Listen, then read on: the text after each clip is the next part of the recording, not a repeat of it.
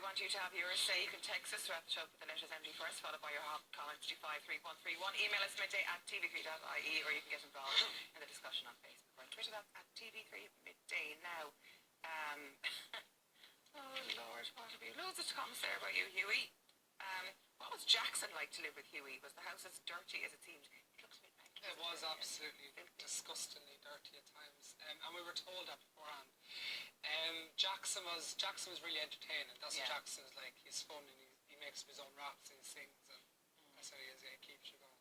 Apart from Ryan, are you in touch with anybody else? Almost every person, yeah. So I was actually speaking to someone this morning. Is there anyone you'd like not to see again? That's another question.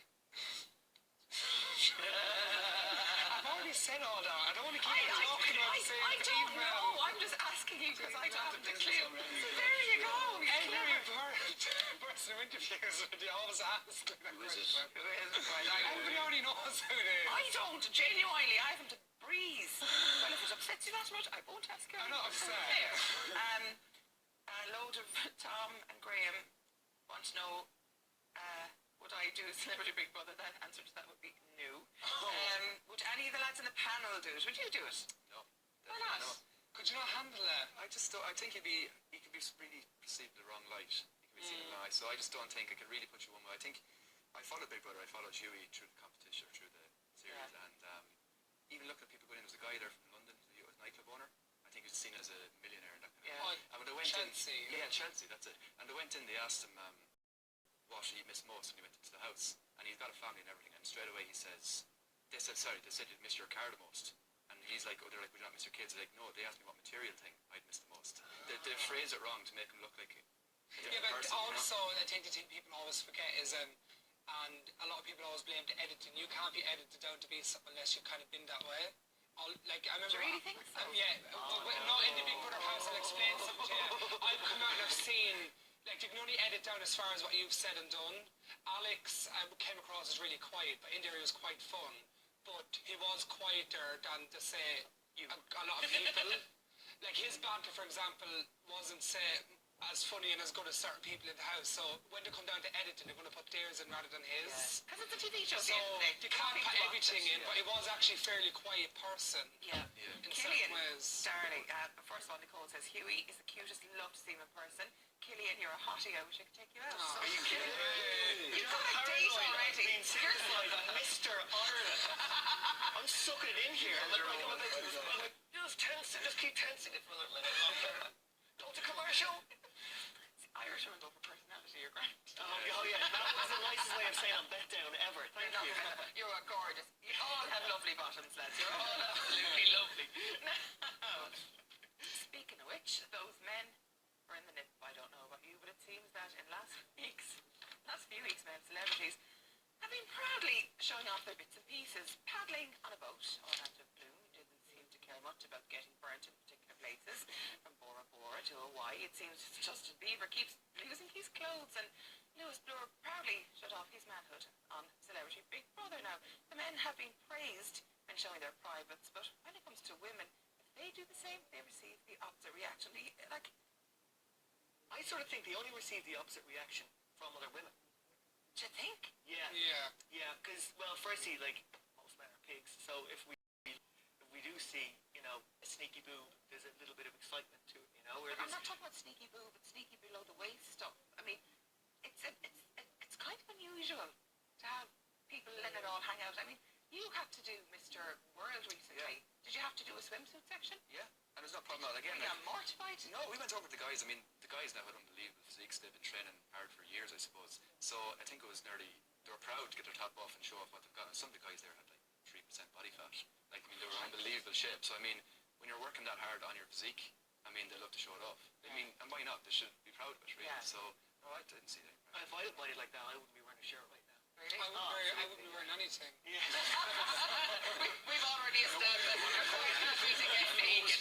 But do you think men in general are just less conscious about their bodies? Do you think it's like, feck it, we're lovely as we are, your mammies have ruined you all, the Irish mammy said you're brilliant, so let it all hang out? I think less so. I was reading recently that there's same concerns over young men now about their body image that was traditionally associated with young women, young girls.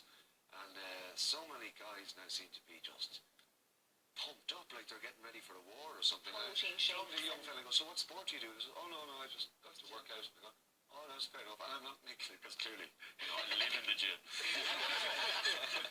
Gang? I live in the Pokemon gym at the moment. That's what it is. But yeah, so I think maybe because the gym culture has gotten stronger, more people are out training, people have become more physically aware and of their well-being, so maybe just people are better looking and Yeah, I think it's also, there's a whole kind of generational thing happening now because so much of our lives nowadays are lived online through photographs.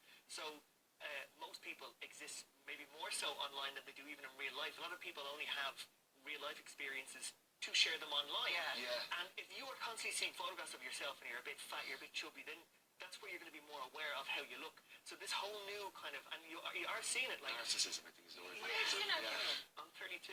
32. What age would you be? 27. You're 27. So I mean, there's not a generation gap between most of the planet here. Well, Actually, there you're would be. on That's the very same age.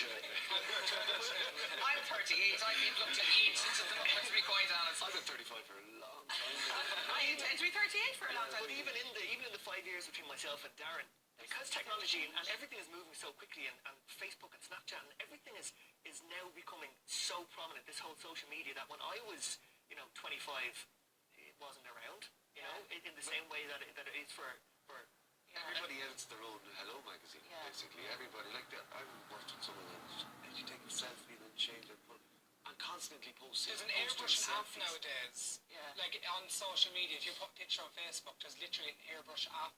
It's not just celebrities. It's not just celebrities who does it in magazines when they don't do it. Obviously, the editor does it. There's now an airbrushing app.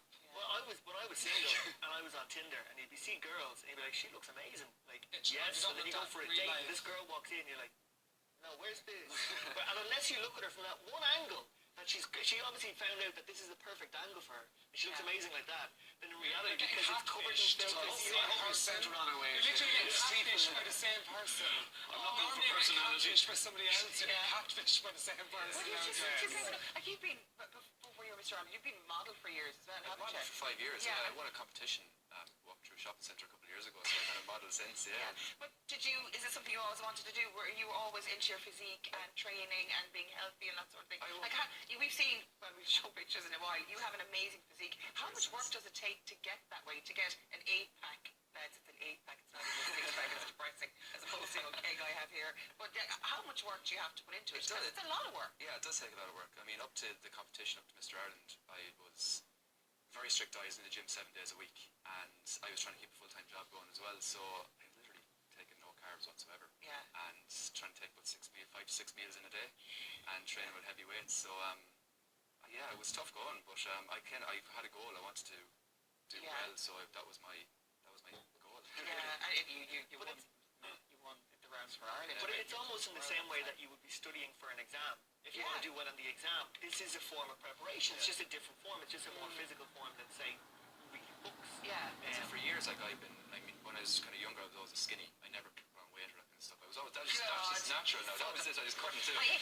I hate tea. I look at a burger and I put on 10 pounds. Anyway, But continue. it was for me, telling me, oh, you're so skinny. That was pretty much like telling me you're fat. You're overweight. Like, I just hated it. Like, oh, look at your ribs. Look, I hated that. So I went through a phase where I was taking something shakes with like 900 calories per shake. I was trying to get as big as I could, so I kind of put on a lot of weight, and then I built up my muscle. I kind of burned it down. I came to that kind of CrossFit era then, where it was more aesthetic rather than size. Yeah. So I kind of toned up and I just got more into my fitness, more health side. But it's like anything, because you have to put a lot of work in. We talk about this when it comes to women all the time on this show, that, I mean, you're looking at these models, you're looking at, like Miss Ireland, the work they have to do, unless you're a genetic freak, you have to work a hell of a lot to look like that. But why would you want to look like that? But why wouldn't you want to look like that? Because it's not we're all gods. real. You know, these people. But it's like their you just job. said, It's it his was his job. job. Yeah. The rest of us. I think there's always that.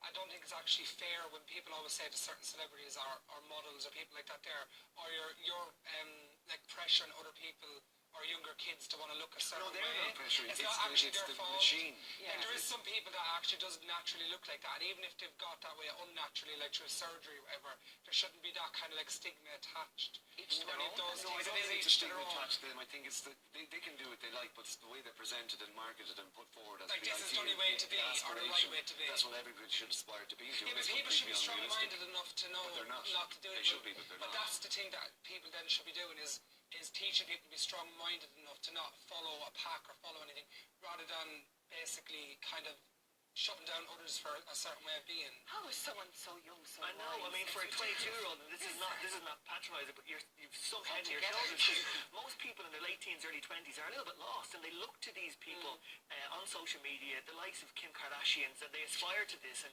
it's about And they shouldn't. They shouldn't. But if only more people had your mindset, but they don't, and that's the problem. 16, 17, 18-year-olds are lost. They're just They should be like looking for something to what you aspire want to be towards. rather than what you think you have to be. Yeah. Like, it is kind of, oh, I have to look a certain way. It should be, if you want something, that's fine, but don't feel you have to do it. We're going to have to take a quick break here, but when we come back, more on this. And we find out the